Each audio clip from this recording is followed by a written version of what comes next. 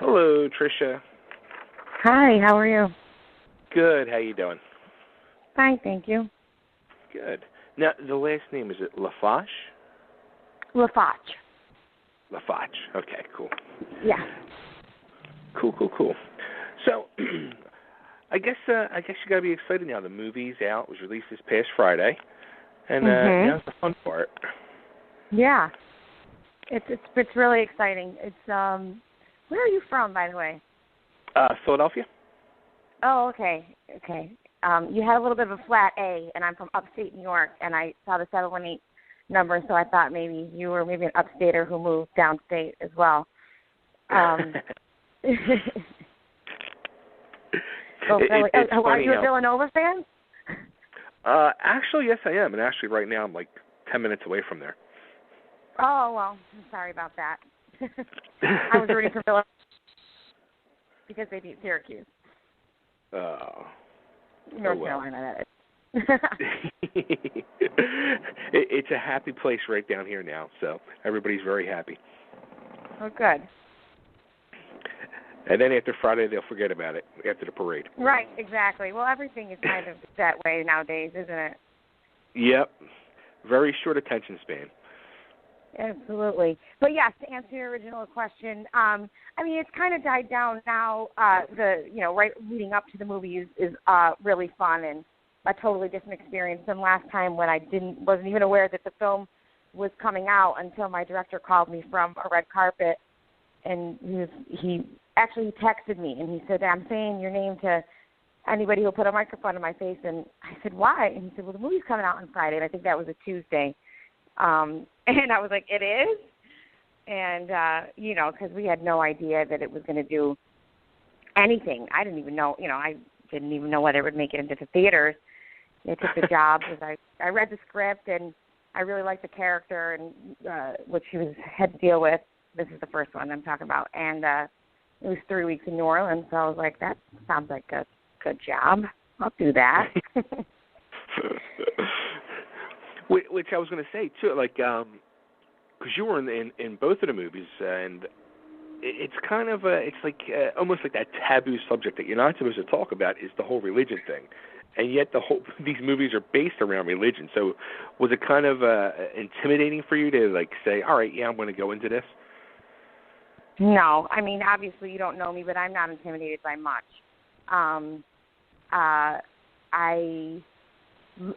Like I said, when I read the first one, I saw this girl who was super passionate.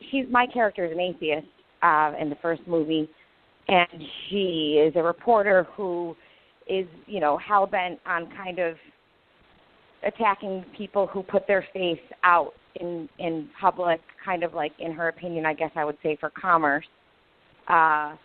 And then she gets cancer, and her boyfriend breaks up with her, and she has to go through all this stuff by herself. And so that's what attracted me to the movie. Okay. That being said, I also, I believe in tolerance, and I think, actually one of the criticisms of the movie, of the second one, has been that what Melissa Joan Hart's character does say to the student, if it caused such a row, then people would be unreasonable, and so to me it's an issue of speech. It has nothing to do with my personal faith, whether I believe in Jesus or not. I don't think it really is. It's not, for example, I don't know what I'm trying to say. Basically, I believe that if the movie is taken the right way, it is about tolerance, and it is about I mean, I'm sure you haven't seen it, but basically it's not what Melissa Joan Hart's character doesn't seem to. And I've asked my atheist friends, people who don't believe in God at all, who I actually took to see the film. So, if it was your kid in the school and it happened exactly the way it happened, how would you feel? And they were like, well, I wouldn't care. And I would basically want Christians to feel like they have the same amount of rights as everybody else, and if they really don't feel that way, then I think that's. On the other hand, the reaction to it, whatever happens in the movie, people can say, oh, my God, that's totally unrealistic.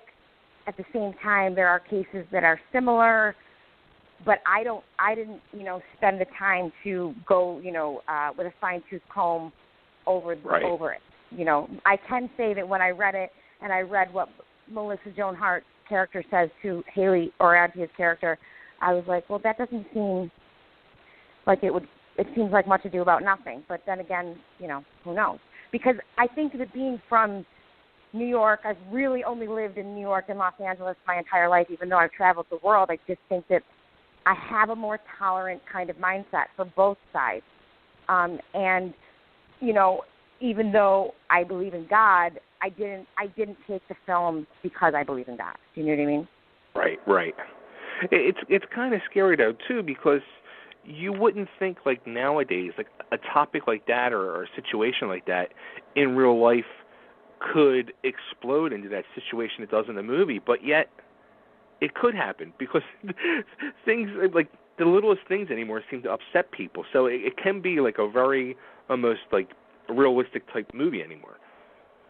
Well, that's what I said. I mean, so like at the end of the movie, they list all these cases. Now, also, I went to law school in New York City, in Brooklyn, at Brooklyn Law School, and so I don't like to speak on anything that I'm ignorant on, and I did not, pull the cases, which obviously I would know how to do and read them in 5 seconds, but they list a bunch of cases that are similar in the movie's opinion. Do you know what I'm saying? Of a case like this. I'm certain that they wouldn't fabricate any of that, So I guess what I'm saying is maybe there were varying and less degrees. In those cases, the facts, I'm sure, in no case are the facts the same. So maybe in some of those cases, the statements about Jesus were more egregious or more offensive. If you see the movie, or what happens is Melissa's character is talking about a commitment to nonviolent protest.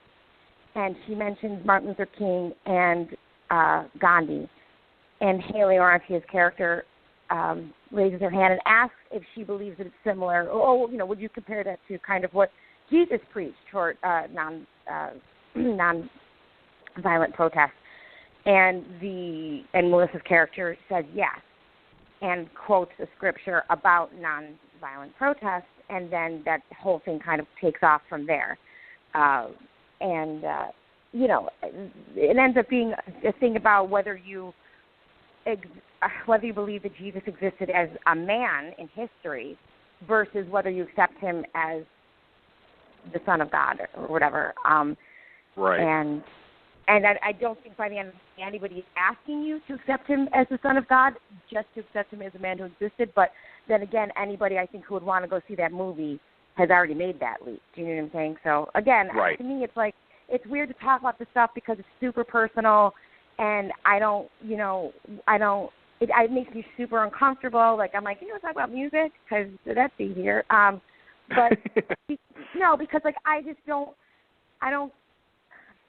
just think that that's the problem in our world is that it's the polarization, and I don't want to contribute to that. However, I understand that there are people that want to see faith-based movies, and like my friends' kids love these movies and songs, and they all have the two that I'm in, anyways, have super positive message. And they're super uplifting, and so who's not going to market movies to people who want to see those movies? Just like people want to see Deadpool or Batman or Mad Max. I have no interest, but I wouldn't sit there and say, it's violent, it's unrealistic, you're doing this, you're ruining society, because I don't have that kind of mental landscape. Right. I mean, I can tell just myself. Like watching the previews and all, I want to say it because I was getting like riled up just watching the previews. Like I can't believe they're putting her through this and persecuting her over this whole thing, and it was just blowing my mind. And I was getting all upset. I'm like, I gotta like actually sit and watch this movie now because like I want to see what happens. So do you believe in God? Are you a Christian? You know what? I was born and raised Catholic. Went through Catholic school. But I'm not a practicing Catholic, and Okay. I doubt my faith a lot. Okay, so here's the thing about that's my character's basically her journey in the second movie, right? Is that she gets cancer, and then what happens is she bombards these guys, the newsboys, and basically tells them, like, how dare you go out and preach the Lord's name on stage as if he's like a real thing. And they kind of sense that she's not doing very well, and they're such sweet guys. Like, it's like impossible not to. They're so sweet. And they're like, we feel like something's wrong, and she tells them she has cancer, and then they ask her if she'll pray with them, and she does. And then in the next movie, basically, she's in remission, and she starts to have those doubts again, so she's like, well, when I had cancer, it was very easy for me to believe in God, but now that I'm in remission, I feel like I'm not sure, so now I have to decide kind of not under duress. And my character kind of inadvertently gets involved in Melissa's character's plight, her legal battle, because my character's niece, who's played by Sadie Robertson, is best friends with Haley Orantia, and Haley is the one who asked the question that caused the blah, blah, blah. So in that sense, and also my background is the same as yours. Like, I was raised Catholic, but I and went to church every Sunday and still kind of practice, and I really haven't had much struggles with faith in my life. But to be honest with you, I think that's just my choice. Like, I just made that choice. But I don't ever Bible bang or, like, talk to people about what they should believe in. But I do think that even as somebody who was raised of faith like yourself and has kind of that, like, inclination, like, it's in there. No matter what, like, if you go to church every Sunday your whole life, like, there's part of you who's predisposed to it, whether or not you, as an adult, had different feelings, whatever. It's that sense of justice that and I think that's kind of what brings my character to Melissa Joan Hart's character, and my character ends up finding where her faith is, what side she's on through this trial, and how strongly she feels about it. And I like my character because I think it's cool to portray a kind of flawed, or, like in the second movie, she's not just an atheist or like just a Christian. She kind of is like struggling, and I think that it's not really, I mean, honestly, I wouldn't know for sure, but I haven't seen much of that kind of representation in Christian films, And I think that there's at least a few people in the audience that can go, oh yeah, kind of get that, But it's really, I think why you got riled up is because there is this feeling of, like, when somebody stands up for herself, because they give her the option of, giving an apology and, saying she won't do it again. And, she doesn't do it. And then it's like these kind of, Jesse Metcalfe plays her lawyer, but Pat Boone is hilarious as her grandfather. But then there's like these kind of three rad women who have no reason to be in allegiance. Myself, Melissa Joan Hart, and Haley Orantia, who kind of are really, pushing for being able to speak your mind and to say what you think. And I think that's why you said, like, am I afraid? I don't care. I'm kind of like, you know what? I don't have a problem with any kind of movie that you do. If you have a problem with any kind of movie that I do, then we probably shouldn't be working together. There you go. Right. Which I just think people are so like everything is, and also it's like an opportunity for a conversation, which we never had. It's always just your side, my side. That's it. Never between shall meet. You're either blue or you're red, and that's it. And I think that's a huge problem in America. You go over to Europe and people think that, everybody likes one thing. And I'm like, I'm sorry, your country has 5 million people. You're the size of, like, Jersey. Have you ever, try getting 300 million people to agree on something? So I can see why it moves away from discourse just to your side and my side. But I think it's a huge problem in our country. And I wish that people would be more willing to listen and understand the other side and be compassionate instead of just, like, pick a side and stick with it, because if you don't, that means you don't know what you're talking about, or you don't stand for anything or something. I don't know. Yeah, I mean, personally, I think there's like way more important things in life to worry about than like what people's beliefs or if they believe that, let them believe it. There's nothing wrong with that. They're not hurting nobody, but But that's because you're from the East Coast, right? That's why you think that, like, and so it's good to hear you say that. And it's not only that. It's absolutely that. It's 100% that, but it's also. Every single thing that where there's money and power involved, there's the potential for corruption and the potential for misuse and the potential for bad things happening. And, especially I would say misuse, because right. you can, lead people down a path. But at its purest form, and I know that there's people out there who would strongly, strongly disagree with me, I don't think having love in your heart for anything is a bad thing if you're not right. using it, if you're not hurting anybody else. Right. But again, I'm sure that there's people that would not agree with that. And I respect them too. Now, you mentioned quite a few times Melissa Joan Hart and also Pat Boone. What was it like working with them two? Well, I didn't get to meet Pat Boone. I only saw him on the screen, and he's funny as heck. Melissa is so great. I mean, she is so pro and so kind and smart and funny and treats everybody the same. And she was a great, number one on the call sheet because she set the tone every day by, she wasn't so much on time as she was early. She wasn't, she was just, right. She would, if everybody was hungry, she'd order food. She knew the crew needed to be, we had long hours, really, shooting movies like a ton of hours. We're in the summertime in July or June and July in Arkansas. And a lot of times when we were doing the courtroom stuff, we didn't want to troop it back to our trailer because it was so hot.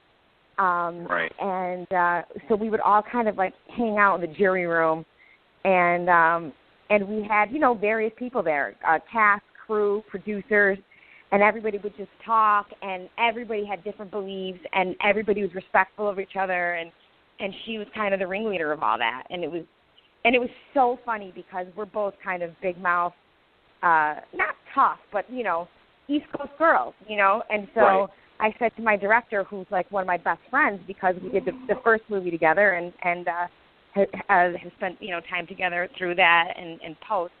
I said, so what's Melissa like? He goes, you guys might not get along. Because, of course, he assumed that two strong women can't get in the same room and get along, but we hit it off like gangbusters. And, I have nothing but the utmost respect for her. Now, how about, like, I saw in the first movie, and I'm so pissed. My co-host, Nick, he couldn't make to tape this today. But your boyfriend was Dean Cain? Yeah.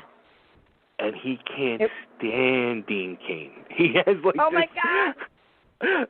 I don't know what it is, but he just has this like real like hatred toward Dean Cain. That is like my ultimate like surprise guest I want to get is to get him on the show one day. Well, I wish that he was there so we could hear, but so we could talk about it. But no, Dean Cain. Dean Cain breaks up with me in the first movie. So what happened was, so I fly to New Orleans, and the first movie, the budget was, non-existent.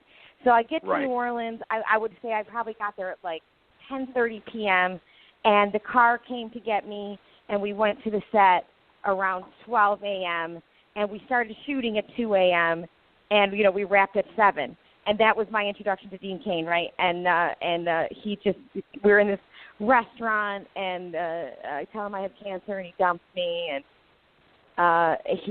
he's horrible to me in the movie, and people have, walk up to me in airports, especially in the South, and are like, I can't believe how he treated you, and I'm like, oh yay, I'm so glad people care, because that's fun.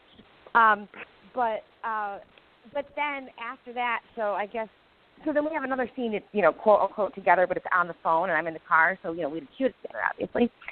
But it's so funny because I go back to my hotel, I get a knock on my door like in the morning, and they're like, so Dean wants to go to the LSU game, and And I'm like, okay. And I'd never been to an SEC football game. I'm from upstate New York. I'm a football and baseball fan, but not college, because my father would always bet the games, and he was like, college games are blowouts. Right. You can't trust them. So, I go. So Dean Cain takes me, and one of the producers, and like kind of I don't want to say tour guide, but kind of our host in Baton Rouge, and it was bananas. I mean, I've seen a lot of things in my life, but wow. I mean, they had like the other team's quarterback, a dummy of him strung up with like an IV hanging. I mean, it was just and all this, huge trash cans full of gumbo. I mean, it was nuts. I was like, these people are crazy, and it was also this like weirdly classist system, because when you come through the gate, it's kind of like bootleg. Everybody's set up kind of like your backyard barbecue, and then as you get closer to the actual entrance, there's like these pimped out trailers with like huge flat screen TVs, and of course, we're in a movie, so we're like walking through the whole thing. But then I was like, can we go back to like the ghetto part, because they're hysterical, they're super fun, and yeah. So that was my experience with Dean Cain. We worked together. He was horrible. I mean, he was nice to me on set, but in the scene, he was such a jerk. And then we went to a SEC football game and had a blast. That's awesome. That is awesome. Sorry, you're talking to your friend, your co-host, he's a cool guy. How was I was going through and I was seeing there was a lot of videos of you from the red carpet premiere of the movie, and there was one, and I felt bad for you, and I'm just like, that just looks so nerve-wracking. Like, they got you in front of the thing for your posed pictures and all, and then it's just like, turn this way, turn sideways, turn backwards, flip your head over. I'm just like, oh my God, this is just for like a red carpet. Yeah. First of all, you're supposed to tell me I look nice. Anyways, yes, it was. It's horrible. It's so much fun, but like I personally have social anxiety disorder. Getting to like, I'm super life of the party. I can't shut up. But like trying like getting to places, I'm always like, do I want to go? I get very like travel social anxiety disorders. And once I'm there, I'm fine. But this is even worse. And my publicist tells me, he's like, whatever you do the carpet how you want to do it. They're going to be screaming at, and I know this, but it's like, he's like, they're going to yell what they want to yell, but don't listen to them. Do what you want to do. But there's that, Catholic girl in you, and I was a ballerina, so I have like ridiculous discipline, that they're like, do this, do that, and you're like, oh, I guess I have to. It's like, it's crazy. It's crazy. It feels like a long walk off a short pier, and then you hit the press line after you did, and it's one thing like talking to you over the phone, but it's another thing like because I don't plan any of my answers like an idiot, and they put the camera, the phone, the microphone in your face, and the camera's there, and so then your facial expressions are on there too. I can't even watch it back because I'm like, that's not what I meant to say. It just looked very, very frustrating. Well, I wasn't frustrated. I just don't want like really bad pictures. It's hard to get your picture taken, and you kind of want to be in control of your image. And once you step foot in that carpet, you're not. So right. It's not necessarily frustrating so much as terrifying and fun, but also terrifying. Now, I got to ask, too, because my wife would kill me if I didn't ask. You did an episode of SVU, so I have to ask Christopher Meloni, since that's like her celebrity crush. What's it like working with Christopher Meloni? Oh, my God. Christopher Meloni was fantastic. So fun to work with. I don't know. My episode is called The Game, and my character is a murderess who believes that, who she and her boyfriend are kind of replicating murders that they saw on video games or, something like that. And Chris was really cool. I was, like 12 at the time. It was like probably my second acting job ever. And the scene was, I'm sitting there, and Ice-T's like, where were you Friday night? And I'm like, at home. And he's like, oh, yeah. And I'm like, what? And I'm like, I don't care, whatever. I don't talk to him much anymore. And I'm kind of being real like whatever to Ice-T. And then Chris Meloni comes in with the boots that are the murder weapon, and he's like, Okay. "Hey, Louise, nice boots." And I'm like, "They're mine. Where'd you get them?" And I like start to freak out and fall apart. Like I can't hold water at all. And and so they're like, "Cut." And Ice-T's like, "I don't get it. How come she's scared of Chris and not me?" And I'm like, well, "I think that's how they wrote it. Because I don't know, And Chris Meloni turns to me and he's like, "He's giving you a hard time." And I'm like, "Oh, okay, got it." Whatever. He was really, funny. really, really nice and cool. And they were all. It was such a fun set to work on. Yeah. Cool. All right, so the movie's called God's Not Dead Part 2. It's out now. And how about yourself? Anything else you're working on? Anything else getting ready to come out? Or I just did a movie here in Los Angeles called I Hate the Man in My Basement, which was a ton of fun. And I'm going to London to support the movie.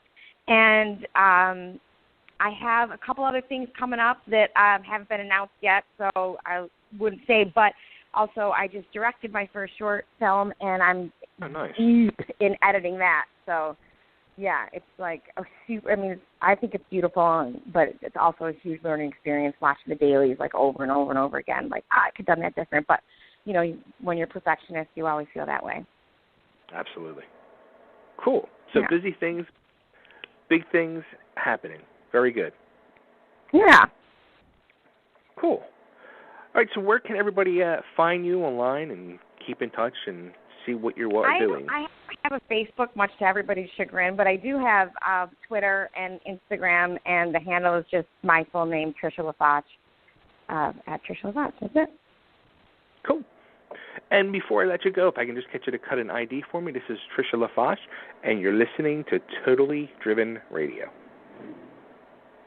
This is Trisha LaFache, and you're listening to Totally Driven Radio. Awesome. Trisha, thank you so much. Okay, thank you. Take care. You too. Bye. Bye.